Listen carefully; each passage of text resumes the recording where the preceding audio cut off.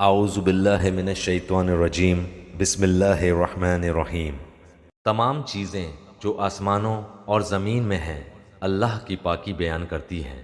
اسی کی سلطنت ہے اور اسی کی تعریف ہے، اور وہ ہر چیز پر قادر ہے۔ اسی نے تمہیں پیدا کیا، سو تم میں سے بعض تو کافر ہیں اور بعض ایمان والے ہیں، اور جو کچھ تم کر رہے ہو اللہ تعالیٰ خوب دیکھ رہا ہے۔ اسی نے آسمانوں کو اور زمین کو عدل و حکمت سے پیدا کیا۔ اسی نے تمہاری صورتیں بنائیں اور بہت اچھی بنائیں، اور اسی کی طرف لوٹنا ہے۔ وہ آسمان و زمین کی ہر چیز کا علم رکھتا ہے، اور جو کچھ تم چھپاؤ اور جو ظاہر کرو وہ سب کو جانتا ہے۔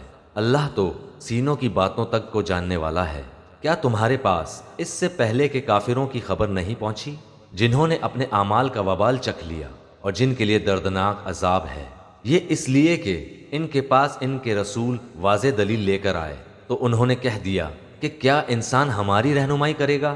پس انکار کر دیا اور منہ پھیر لیا، اور اللہ نے بھی بے نیازی کی، اور اللہ تو ہے ہی بہت بے نیاز، سب خوبیوں والا۔ ان کافروں نے خیال کیا ہے کہ دوبارہ زندہ نہ کیے جائیں گے۔ آپ کہہ دیجئے کہ کیوں نہیں، اللہ کی قسم تم ضرور دوبارہ اٹھائے جاؤ گے، پھر جو تم نے کیا ہے اس کی خبر دیے جاؤ گے، اور اللہ پر یہ بالکل آسان ہے۔ سو تم اللہ پر اور اس کے رسول پر اور اس نور پر جسے ہم نے نازل فرمایا ہے ایمان لاؤ، اور اللہ تعالیٰ تمہارے ہر عمل پر باخبر ہے۔ جس دن تم سب کو اس جمع ہونے کے دن جمع کرے گا، وہی دن ہے ہار جیت کا۔ اور جو شخص اللہ پر ایمان لا کر نیک عمل کرے، اللہ اس سے اس کی برائیاں دور کر دے گا اور اسے جنتوں میں داخل کرے گا، جن کے نیچے نہریں بہہ رہی ہیں، جن میں وہ ہمیشہ ہمیشہ رہیں گے۔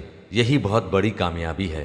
اور جن لوگوں نے کفر کیا اور ہماری آیتوں کو جھٹلایا، وہی سب جہنمی ہیں، جو جہنم میں ہمیشہ رہیں گے۔ وہ بہت برا ٹھکانہ ہے۔ کوئی مصیبت اللہ کی اجازت کے بغیر پہنچ نہیں سکتی۔ جو اللہ پر ایمان لائے، اللہ اس کے دل کو ہدایت دیتا ہے، اور اللہ ہر چیز کو خوب جاننے والا ہے۔ لوگوں، اللہ کا کہا مانو اور رسول کا کہا مانو۔ بس اگر تم اراض کرو تو ہمارے رسول کے ذمے صرف صاف صاف پہنچا دینا ہے۔ اللہ کے سوا کوئی معبود برحق نہیں، اور مومنوں کو اللہ ہی پر توکل رکھنا چاہیے۔ اے ایمان والو، تمہاری بعض بیویاں اور بعض بچے تمہارے دشمن ہیں، بس ان سے ہوشیار رہنا، اور اگر تم معاف کر دو اور درگزر کر جاؤ اور بخش دو تو اللہ تعالیٰ بخشنے والا مہربان ہے۔ تمہارا مال اور اولاد تو سراسر تمہاری آزمائش ہیں، اور بہت بڑا اجر اللہ کے پاس ہے۔ پس جہاں تک تم سے ہو سکے اللہ سے ڈرتے رہو اور سنتے اور مانتے چلے جاؤ، اور اللہ کی راہ میں خیرات کرتے رہو جو تمہارے لیے بہتر ہے۔